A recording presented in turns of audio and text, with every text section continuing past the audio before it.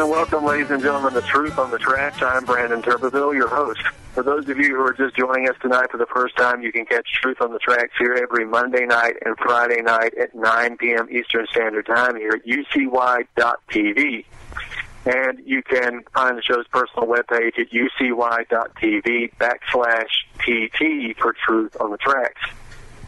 You can also find my work as it comes out. I'm a regular writer for activistpost.com, the antimedia.org, as well as naturalblaze.com. And if you're interested in my work specifically, then please go to brandonturbeville.com. That's the website where I repost all of my articles, all of the interviews that I do, the YouTube videos, the archive versions of this show.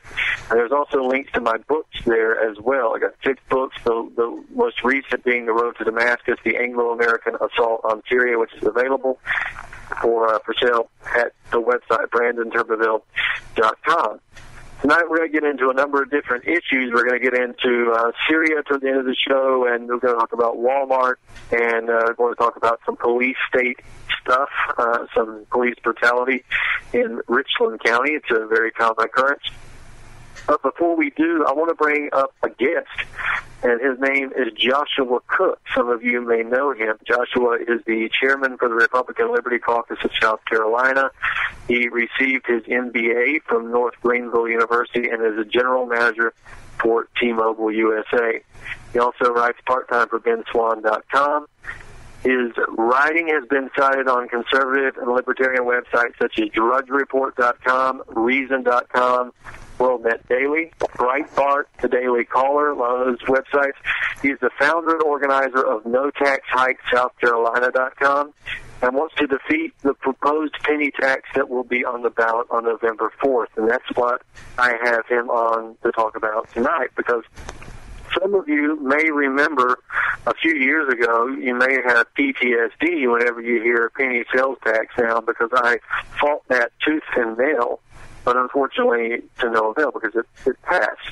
But Joshua is fighting that in Greenville County, South Carolina, and he wrote a number of good articles and opinion pieces in the local paper and on some of his websites regarding his opposition to it. And I wanted him to come on the show tonight and tell us a little bit about what the tax is, what the permit's going to be used for, and why he opposes it. So Joshua, welcome to the show. Well, Brandon, thanks so much for reaching out and having me on your show. Of course, I'm a big fan of your work as well on the Activist Post and on other articles. And, I know there are a lot of time and research goes into that. And, of course, we're kind of almost like starving artists, so to speak, as far as writing, because, as you don't get really, you don't get paid for it that much. So, but it's more of a calling and getting the truth out and trying to make, what's great is also is we're both in the state of South Carolina. And, of course, we're fighting for the state to be the freest state in the nation, and sometimes it feels like it's an uphill battle. But yeah, this basically was brought up at our county council, and this is not a people's movement. This is not ordinary citizens going to their representative and say, "Hey, we want to increase our own taxes." This is. Bottom line, this is from the Chamber of Commerce, and the lobbyists that are wanting to use the taxpayers' money to get matching federal funds to fund their pet projects. Now, it's under the guise of roads and road repair. And of course, we know our roads are bad. I mean, there's no doubt about it. But it's not because of his lack of revenues. It's because of the lack of leadership at the South Carolina Department of Transportation. And this has been going on for years. I mean, this is a self-inflicted wound. We're just basically not putting our priorities where they need to be, and that is we're not putting money into maintenance, we're putting it into these special projects. And of course, up in the upstate, we always kind of point out that a third of the money for roads goes to Charleston. It goes, a third of it goes to Charleston, and a lot of projects in the Low Country. And we're in the Upstate. We're like, hey, why are we only getting, we only get 4 pennies back out of the 16 cents of our gas tax? And like, why do we only get that? Because we're a growing, thriving county, but it seems like we're not getting our fair share. And so we've been bringing these issues up, and of course, the county council said, you know what, we're just going to let the people decide, and we're just going to put it on the ballot. Of course, we try to fight it because we didn't want it to go on the ballot, because we know that the Chamber of Commerce and all these special interest groups, they know how to win. They know how to get people to say yes for these tax increases. I mean, they're spending thousands of dollars. I mean, Brandon, you should see the signs these people have put out in our county. I mean, it's pretty impressive. And they even did a music video called Bad Roads, Bad Road, kind of like a Bad Boys song. I mean, wow. They spared no expense, and that's what we warn. We warn people, like, look, if you put it on the ballot, they're able to outspend us, basically. And so, fortunately for us, there was a Americans for Prosperity.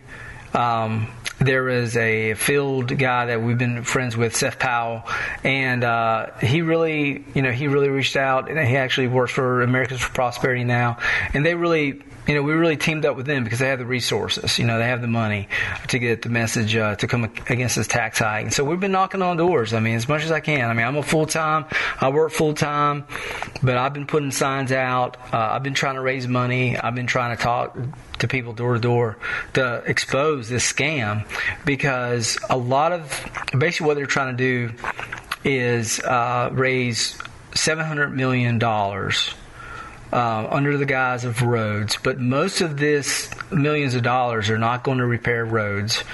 They're going, like, for example, $10 million is going to a bike lane for bike lanes and rabbit trails. We have this swamp rabbit trail they're trying to expand. And these are non-essential core government functions. This has nothing to do.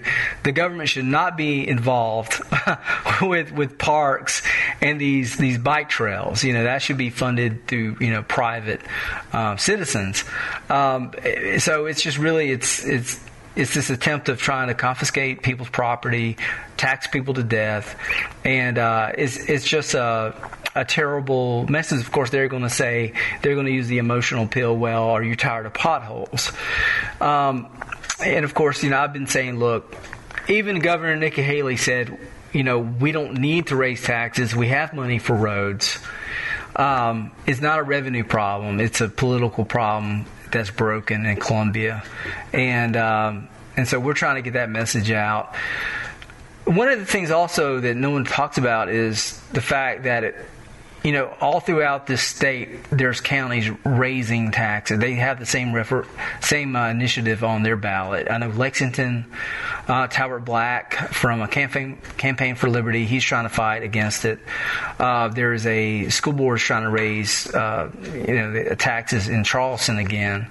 I believe that Florence, you probably know more about that, but if anybody wants to see the debacle of how this road penny tax scam is, just Google search Florence County penny tax scam, and you can find out how it's a complete disaster, and how politicians basically just lie to the people.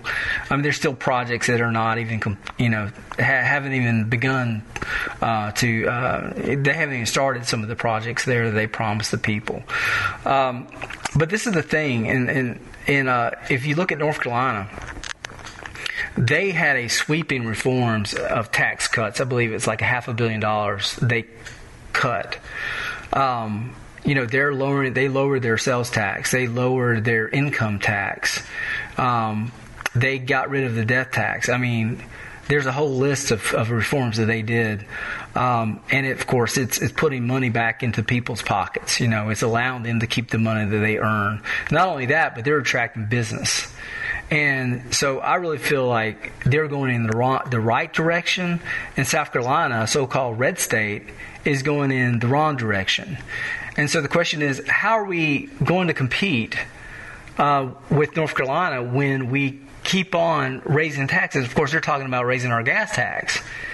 So no one's talking about, reducing the overhead at DOT.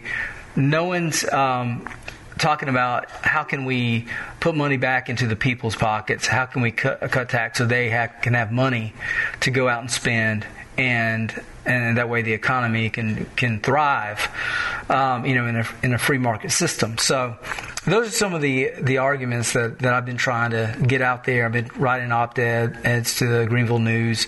Probably going to submit a opinion piece to the state newspaper, and I'm trying my best, as a citizen, as an activist, as a writer, to try to get our message across and just say, look, this is not a good idea. As far as the economic viewpoint, it's going to kill our economy. It's going to slow growth, slow production, stifle innovation, and it's not the moral thing to do. Taxing people, confiscating, taking away their hard income for pet projects that should be funded in the private sector. This is morally wrong what they're trying to do, and so that's basically our case.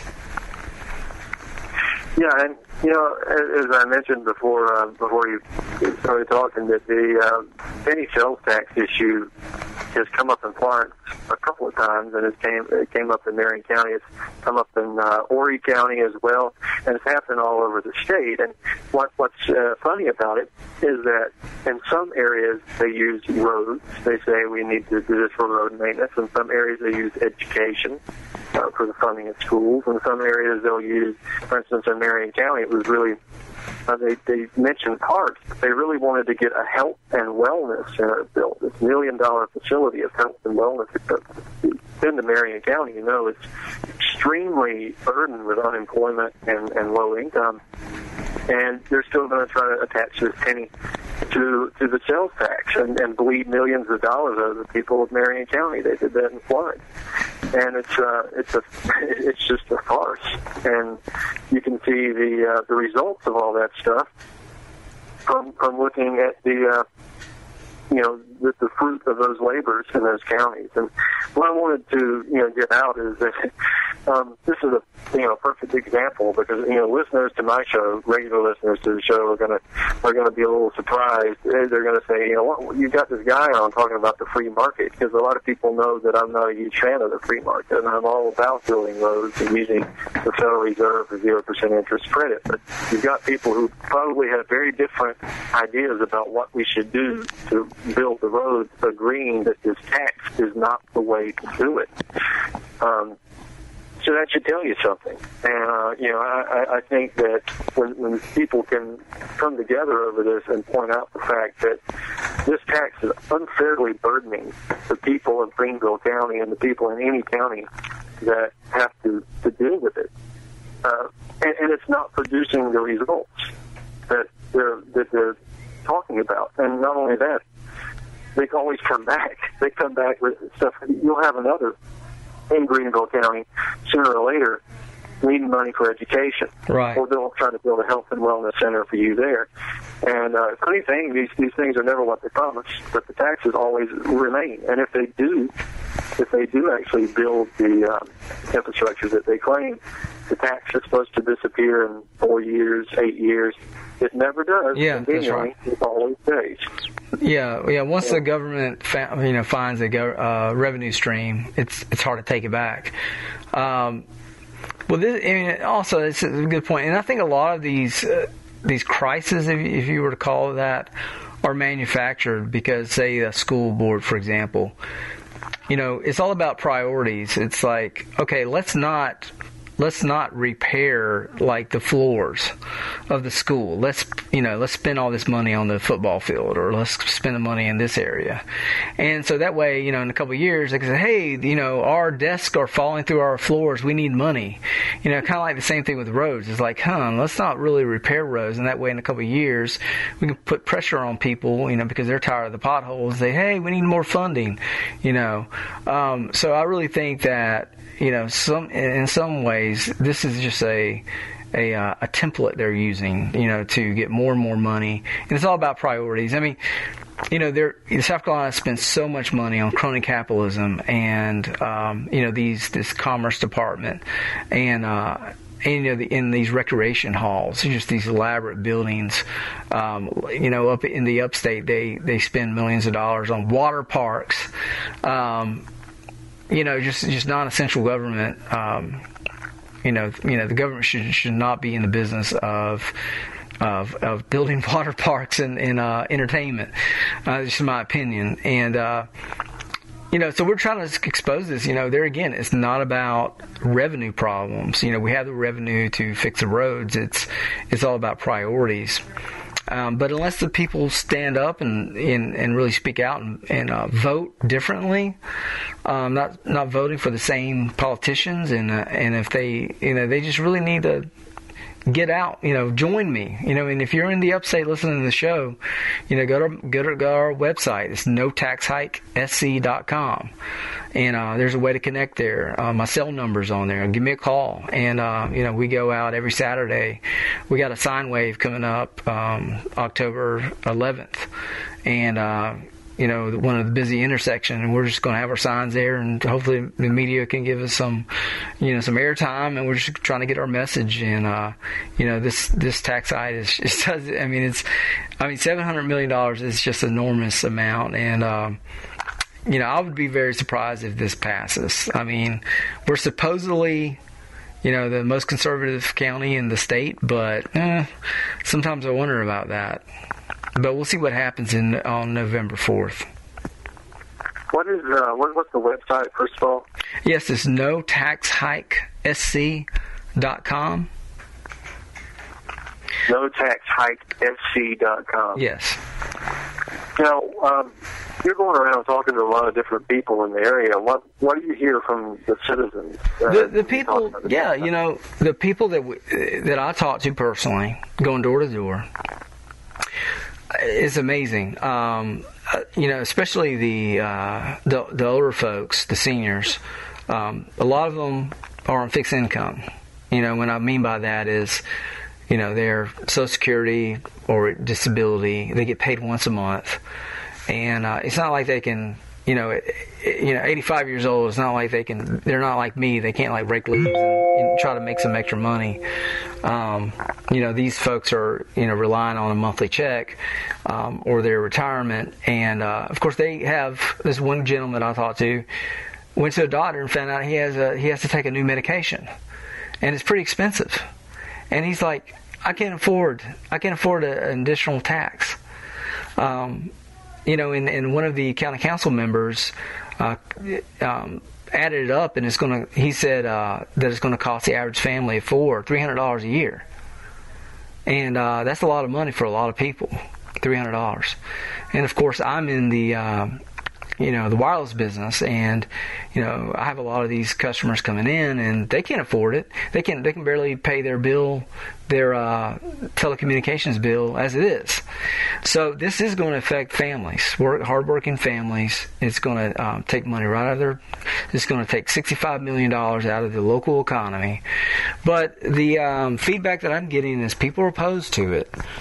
Now, there again, we're going after independence. We have a way to target, certain demographics.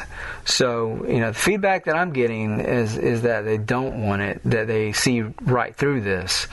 But there again, they're getting, they have the opposition, the people that want this tax hike to go through, they have a lot of money. And so, there's only, so many doors we can knock on. And whereas they have thousands of dollars to, run ads on the radio and TV. Yeah, and it is important to point out that this is not a progressive tax. This is a regressive tax. So this is going to hurt people at the bottom. This is going to hurt poor people. This is going to hurt lower income, middle income, working class, because this is, it's essentially it's a penny added on the sales tax. So, yeah, that's what it is, and that's what's going to hurt the most. And hopefully they'll come out and vote against it on November 4th. It'll be on the ballot as a referendum, right? That's right. Yeah, so hopefully they'll come out and vote no on that. Do you know the the names of the county council members who are in support of it?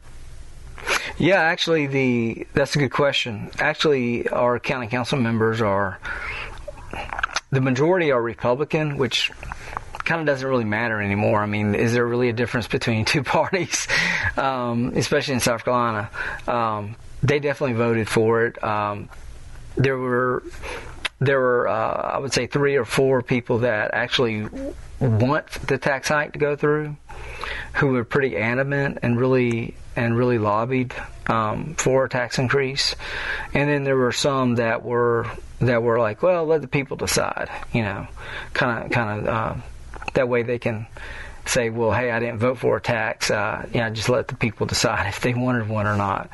And then there were certain principled county council members that, I believe it was 3 of them, and they said, no, I'm going to vote against this from even going on the ballot.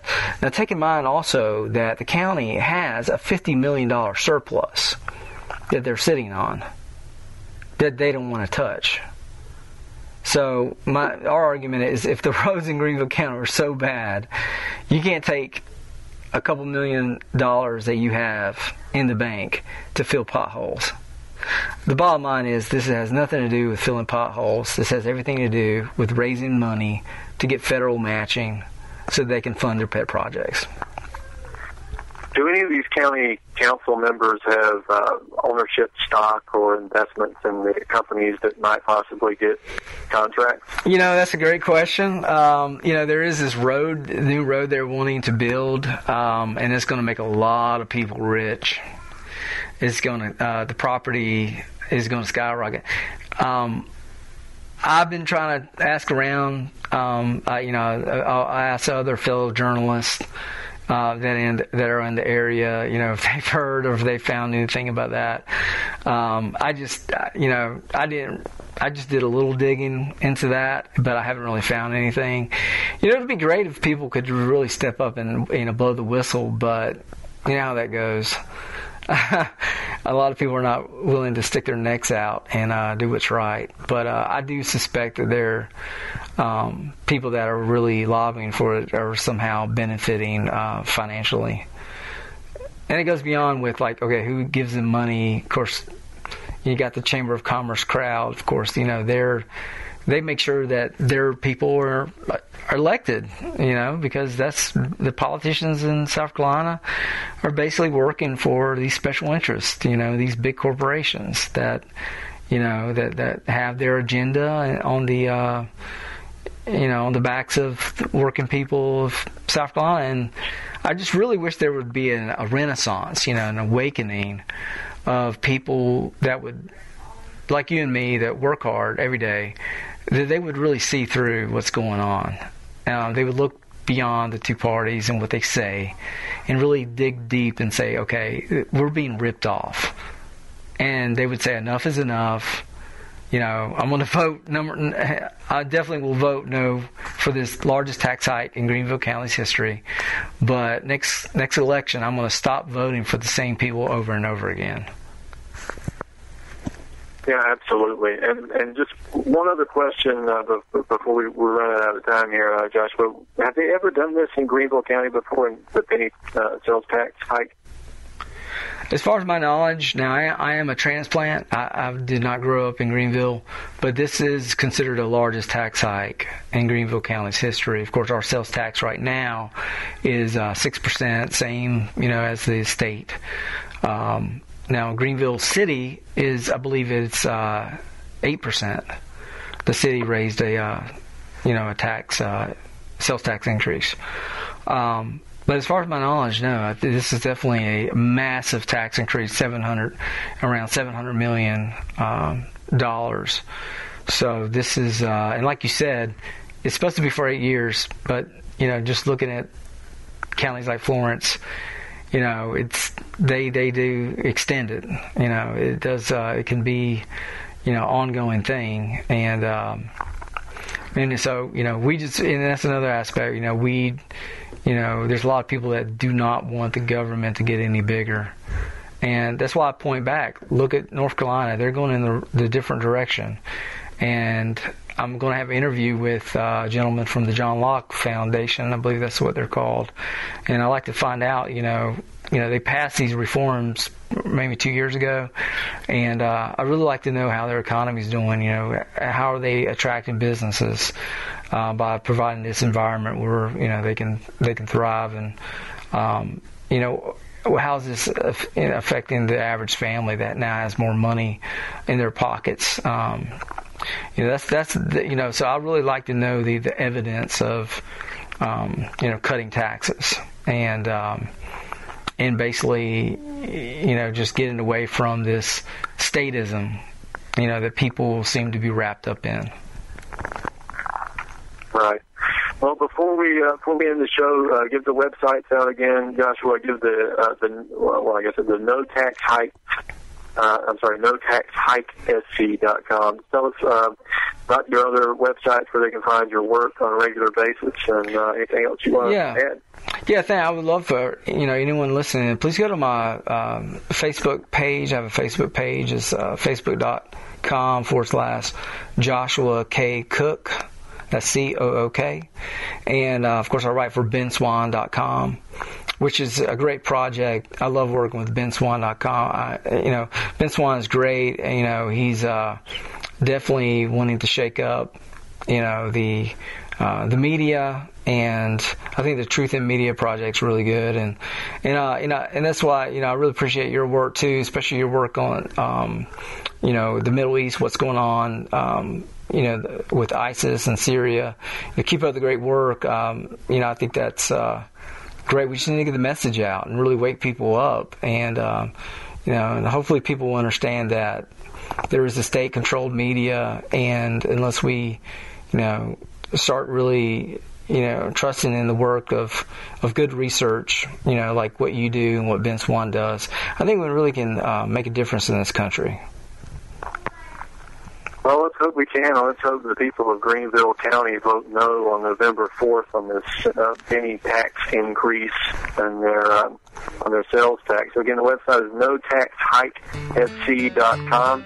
And then speaking with Joshua Cook. Josh, thanks for being on the show. Hey, Brandon, thank you so much. Appreciate it.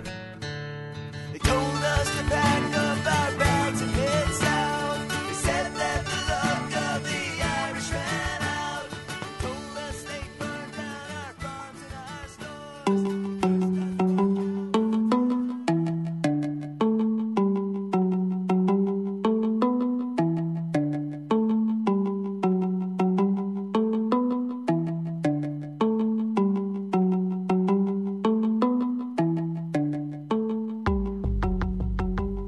We're learning more this morning about the police shooting of an unarmed man in South Carolina. It happened during a traffic stop this month. A state trooper is charged with assault. Prosecutors say he acted recklessly. Elaine Kiana looks at what the wounded man's attorney is saying now. Elaine, good morning. Morning. Trooper Sean Grubert approached Jones at a Columbia, South Carolina gas station for allegedly not wearing his seatbelt. Seconds after asking him for his driver's license, Grubert opened fire. The dashcam video shows the trooper's vehicle approach Jones's SUV at a Shell station on September 4th. Can I see your license, please? Get out of the car! Get out of the car! Jones was shot in the hip. The 35-year-old was returning home from work and was unarmed. Get on the ground! I just got my license. You taking my license?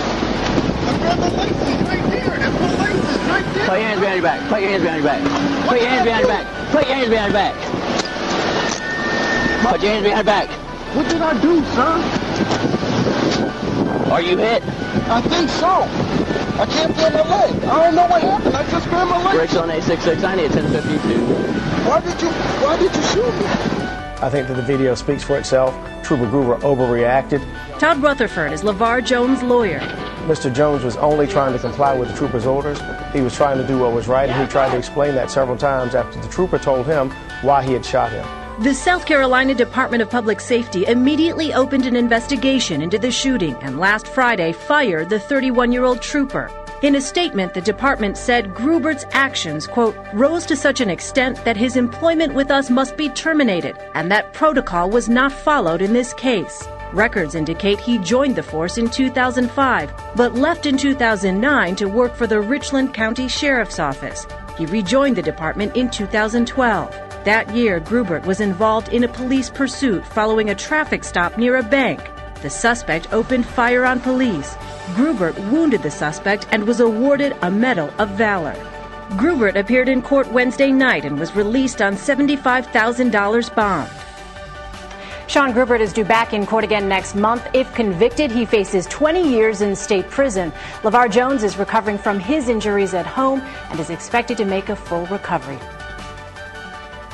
For more news, visit pigminenews.com. This is Ozzy Skateboard, and you're listening to UCY.tv.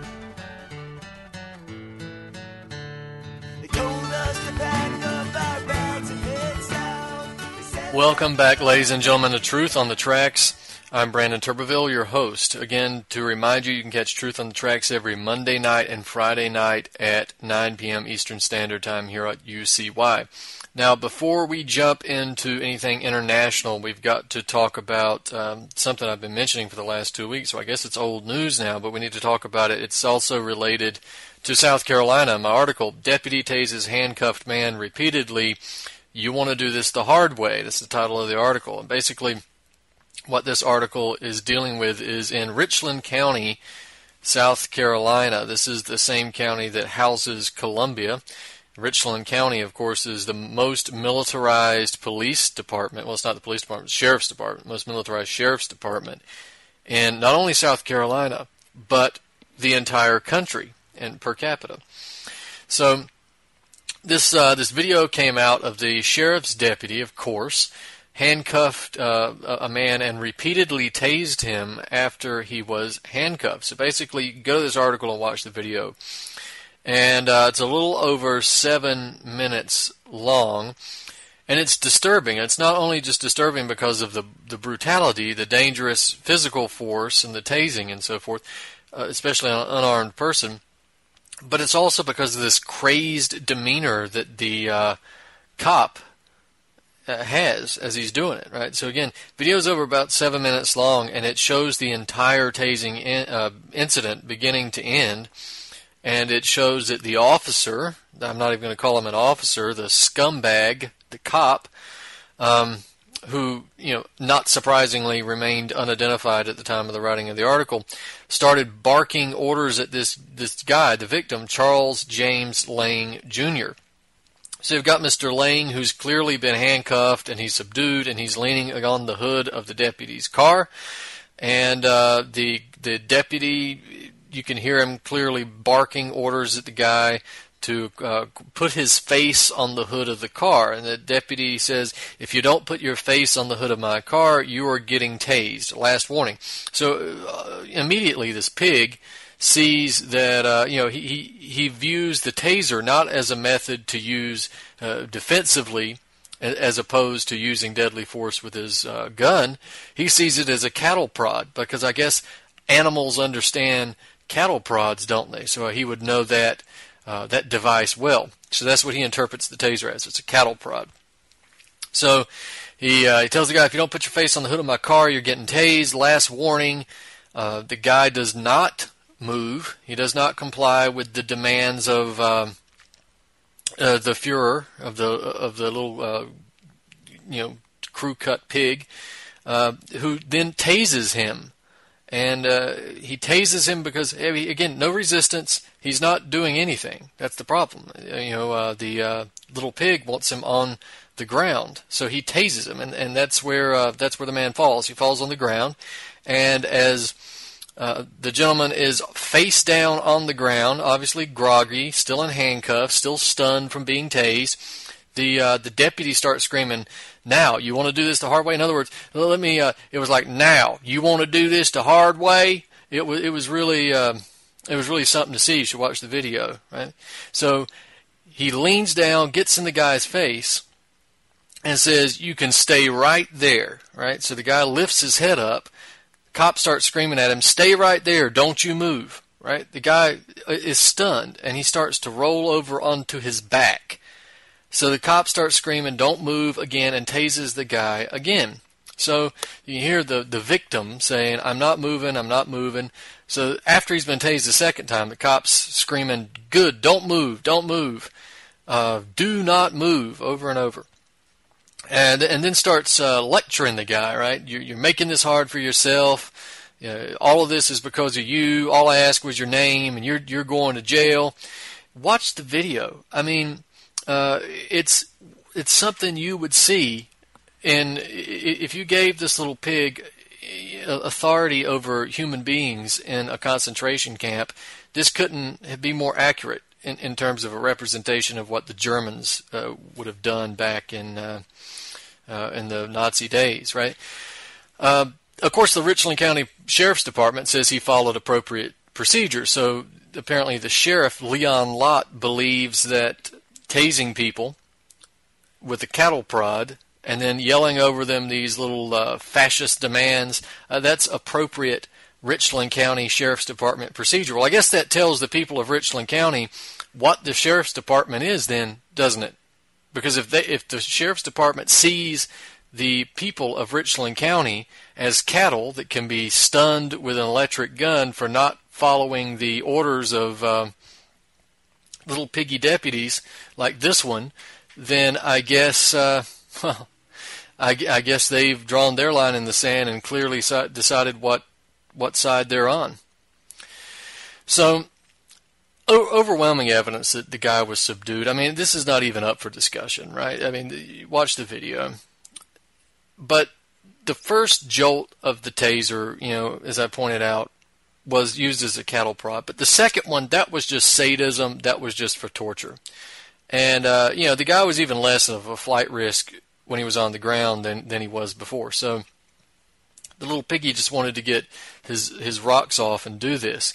And, I don't have a problem calling this guy that, because I'm sure there are good cops out there, but they're few and far between. And, this always drives me crazy. Whenever people tepidly begin to criticize the police, they've always got to say, no, I don't hate police, and we believe that there's, most cops are good. Bull. Most cops are not good. Most cops are bad. Most cops are very bad. You know why? Because the good ones get fired. The good ones don't even get hired generally because they've lowered the IQ requirements, and they hire people like this idiot, like this low IQ, sorry excuse for a human, who deserves a position that has absolutely no authority, because this is how he acts whenever he gets authority, right? So he doesn't need any authority around human beings or animals for that matter. If he's even safe to let the guy operate in society, it should be at the very lowest rungs, following orders. That's all he's capable of doing. But that's why there's no good cops. I'm sure there's a few peppered in and out. There's a few good guys out there. I've met them. They are. I don't think it's right to say that every single one of them are bad, but this is not a bad apple in the bunch scenario in 2014. You might occasionally find a good apple in a bad bunch. The overwhelming majority of cops have low IQs and are sadists, psychopaths, thrill seekers, whatever. The good ones, trust me, get weeded out. And if they don't go along, if they don't toe the blue line, then they get kicked out as well. So, guys, clearly the deputy is power hungry. He's sadistic. He's drunk with power. And this is psychopathic. This is absolutely psychopathic. It's something like you would see in Auschwitz, like you would see in the Russian gulags, the Chinese labor camps. It's this guy has, this is what's common with these types of people. And it is a type. It's this desire to exercise outright and overwhelming power over another person, combined with a desire to really express that power in the form of pain, in the form of humiliation. And this type of person rises to the top in any type of police state, anywhere. And that's why they get them to enforce things at the bottom rung of society, because they are the bottom rung of society. If it was a society based on accomplishment, on achievement, these guys would be at the very, very bottom. They'd be cleaning toilet stalls or something, because they're losers. otherwise. But as it is, we're not a society that's based on accomplishment or achievement or worthiness. It's a society that's based on other things. So they rise to the top. And the ones with the same demeanor, who have a high IQ, rise to the top of government and corporations, banks. And the ones with low IQ end up enforcing the rules for the rest of them. So, I don't know if I even need to continue with this story, because again, the Richland County Sheriff's Department has justified it, but they'll justify anything. The guy could have, I was going to make a joke and say the guy could have executed kittens in front of them, and they would have said that that's department procedure, but hell, that's happened. We've had cops execute kittens in front of kids, and they've said that that's department procedure. So I guess the departments are telling you what side they're on, and you're just too damn stupid to recognize it. They're not your friends.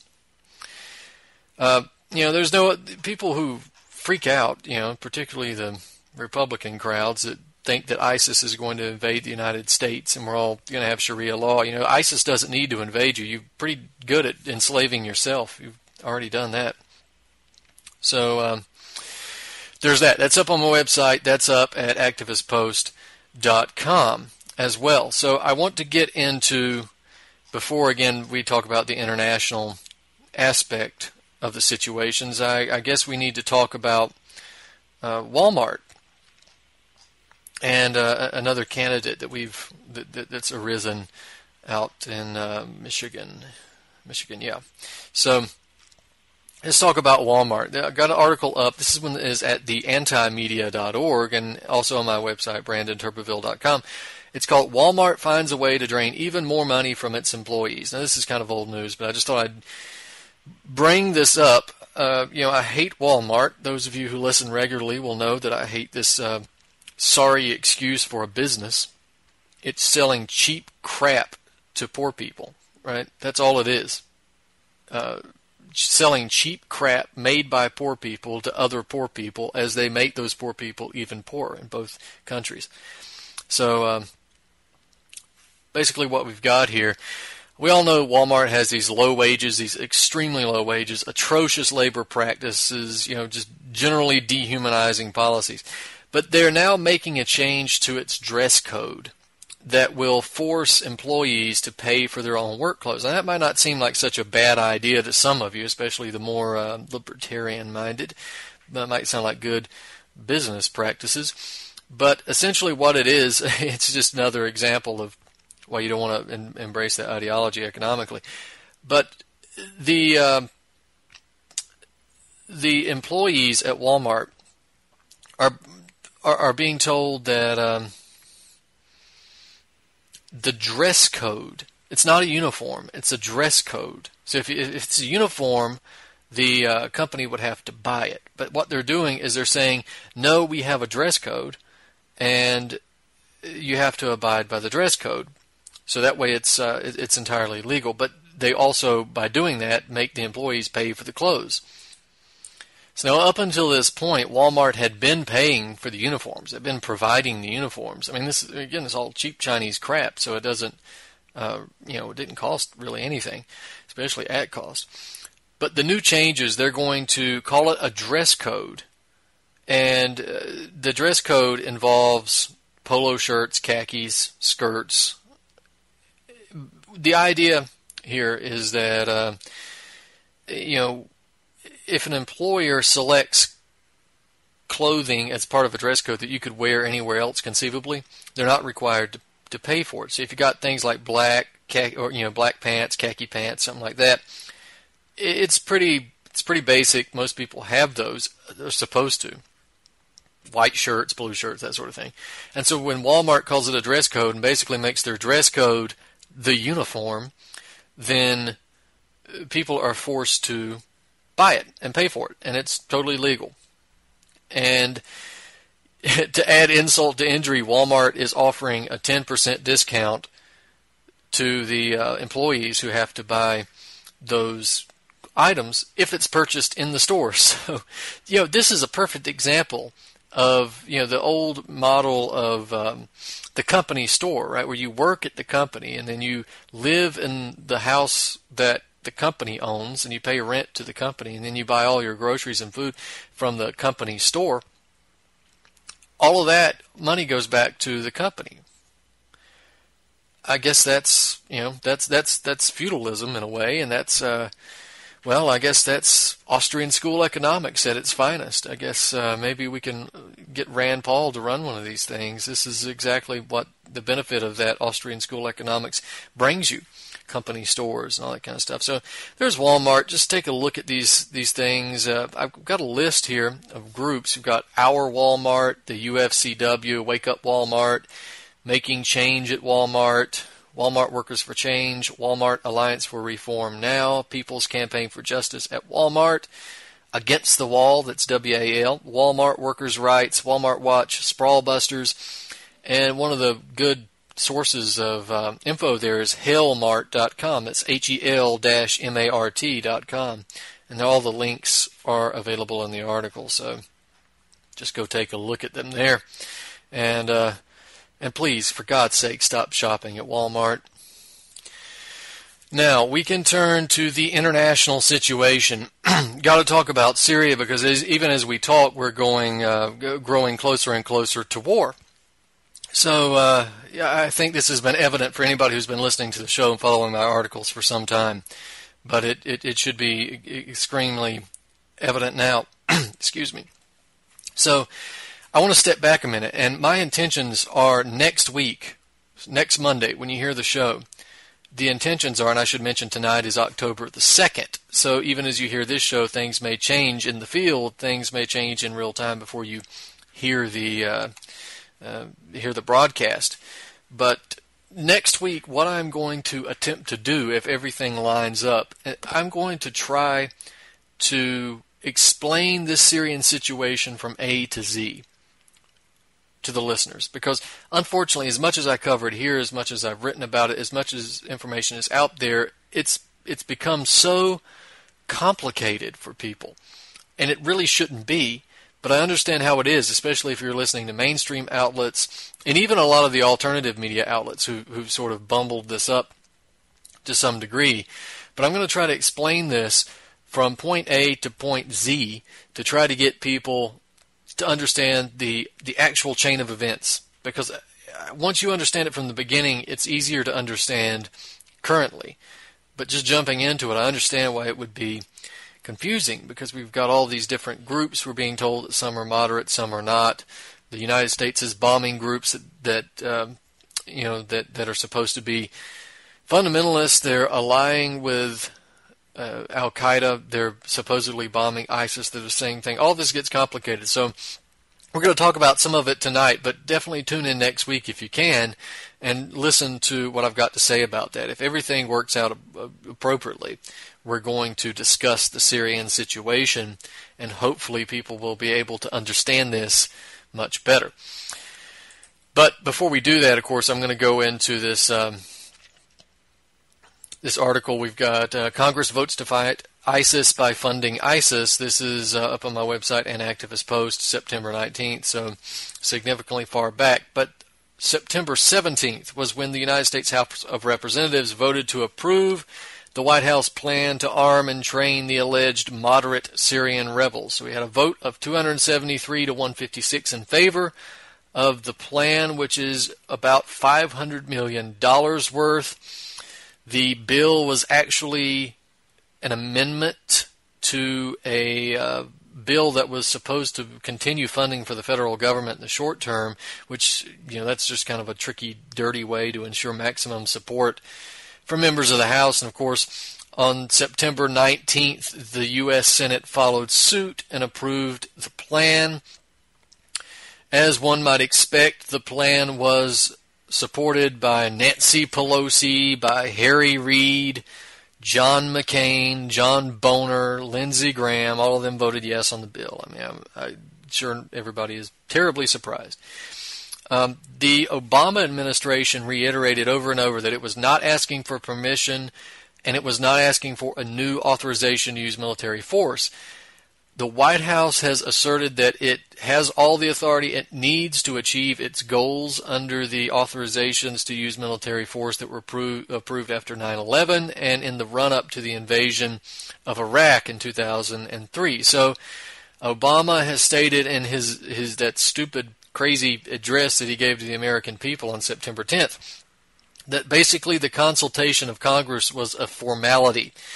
The plan to aid the moderate rebels, the quote-unquote moderate rebels, the moderate cannibals, as we should refer to them, fighting against Assad and engaging in airstrikes against Assad's government is going ahead regardless of the decision by Congress. But, of course, that wasn't really an issue because Congress jumped on the bandwagon. Congress had to do that for a couple of reasons. One, because they're owned by the banks, they're owned by the corporations, they're owned by the military-industrial complex, and of course they're going to do what their puppet masters tell them to do, but also because they didn't really have another option. Suppose they voted against it and Obama did it anyway, they would be forced to take action against their messiah, the Messiah, and they would be called, half of them would be called racist, well, all of them would be called racist, I guess, and all of this would be virtually impossible. The president would probably give the same answer that was given in the 1800s. You've made your decision, now let them enforce it. So Congress would have revealed themselves to be completely irrelevant and impotent in this situation. So obviously, as I said before, this plan is nothing more than an attempt to fund ISIS. There are no moderate rebels, and I'm not going to go over this tonight. We'll talk about it next week, but there are no moderate rebels in Syria. There never were. ISIS is controlled by the United States, by NATO.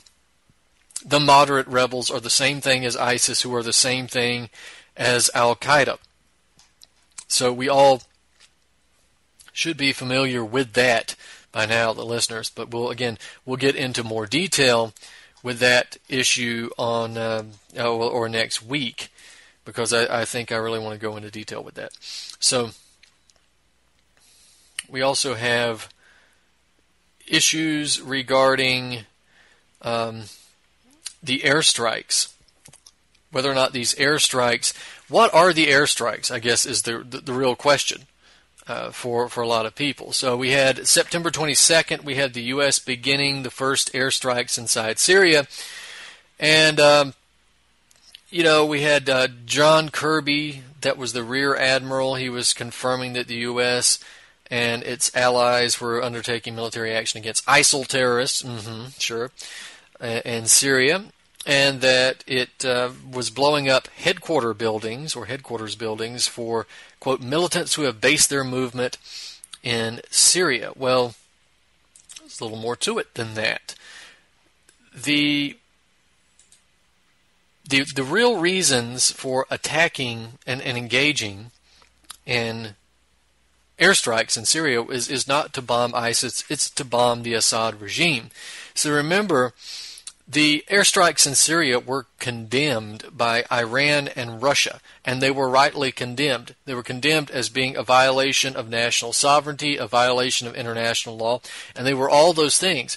Now, Syria was actually more tepid than Iran and Russia in these condemnations, because Syria comes out and says, you remember when we talked about this a couple of weeks ago, Syria had stated that any strikes on its soil that were not consulted with the Syrian government would be considered a violation of national sovereignty and an aggressive act. Well, now they're saying, well, it's okay, we were informed that it was going to happen. Well, this leads a lot of people to believe that the United States is, well, really two things, that the U.S. is focused on eliminating ISIS, and that the U.S. and Syria are working together to do it.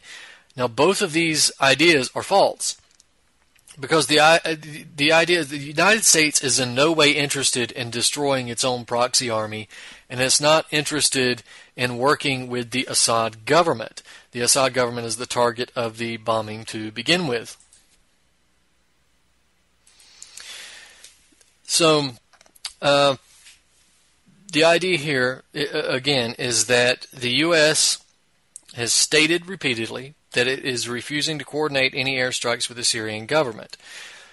Bear in mind that the United States informed Syria of the bombing. It did not ask its permission. Information is not the same thing as asking permission. This was not coordination.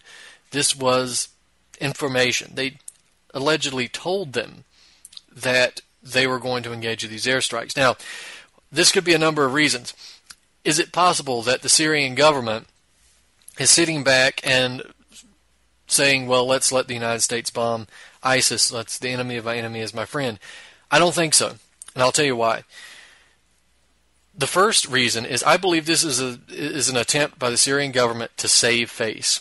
This is an attempt to, for a kid on the playground who had a bully punch him in the nose, or maybe not punch him in the nose, but take his lunch money. And the kid stands up and says, well, that's fine. You can have my lunch money. I didn't want it anyway. All right, this is what it is. Assad is walking a tightrope right now because Assad's got two choices. He can shoot down American aircraft, and he can essentially sign his own death warrant by doing that. That will launch a full-scale assault on Syria and a propaganda narrative to say that he's supporting ISIS. Or he can sit back and step away and refuse to engage in defensive maneuvers against NATO and let himself be whittled away little bit by little bit and consumed that way. So he's got to figure out a way to stop these bombings, but doing it without starting a general war, a direct war between the U.S. and Syria. And that's the tightrope issue. But you got to look at what the targets are. Another reason that Assad is not working with the United States, not because he doesn't want to, because they're open to working with the United States. We should be working with Assad, of course, but the reason Assad is not sitting back and with his feet kicked up in the air, pleased at the bombings taking place inside Syria, is because you look at the targets. They're not aimed at ISIS. They're aimed at Syrian infrastructure, oil refineries. They're aimed at grain silos. And unfortunately, we don't have the time to get into all that tonight, but just remember, the United States is not attacking ISIS. The United States is attacking Syria. And they are providing a situation where there will be a buffer zone, a humanitarian corridor, a no-fly zone. This is Libya 2.0. And we really can't allow this to happen now, can we? But let's see if the American people can get motivated to do anything. I really don't see that happening right now. The propaganda has been very well thought out. But regardless, we're going to talk about more of this next week, because if you want people to get excited, if you want people to get involved, they got to know what they're getting involved in and why they should be involved. So hopefully we'll be able to take care of some of that next week. So ladies and gentlemen, stay with us. Or come back next week, every Monday night and Friday night at 9 p.m. Eastern Standard Time here on UCY.TV. This is Truth on the Tracks. I'm Brandon Turbeville. We'll see you next week.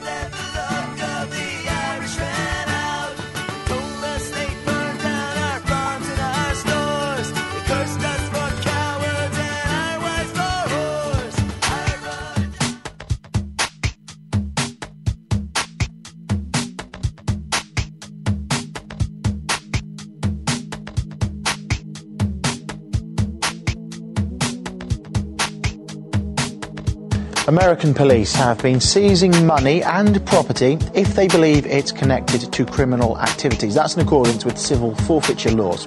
However, according to a US media report, innocent people are often the unwary victim, forcing them to spend time and cash to get their belongings back. Igor Piskunov has the details. Picture this. You decided to drive, say, from DC to New York or any other destination in the US. Or you're driving, you've got some cash with you, and suddenly you get pulled over by a state trooper. As a law-abiding citizen, you don't expect any trouble, right? Well, think again. 2 words: civil forfeiture. You're going to be walking away from this money and abandoning it. You know, I have to prove my case on the side of the road. This happens every day. I do this every single day. A law inherited from the British Empire is still in force in America today, allowing the police to confiscate property on the mere suspicion it was involved in illegal activity. The pretext can be as tenuous as a tinted car window, and the confiscation can go ahead without a court order, a charge, or the arrest of the owner. A lot of those local seizures are bad seizures. They're abusive. They're lawless. For more news, visit pigmindnews.com. This is Ozzy Skateboard, and you're listening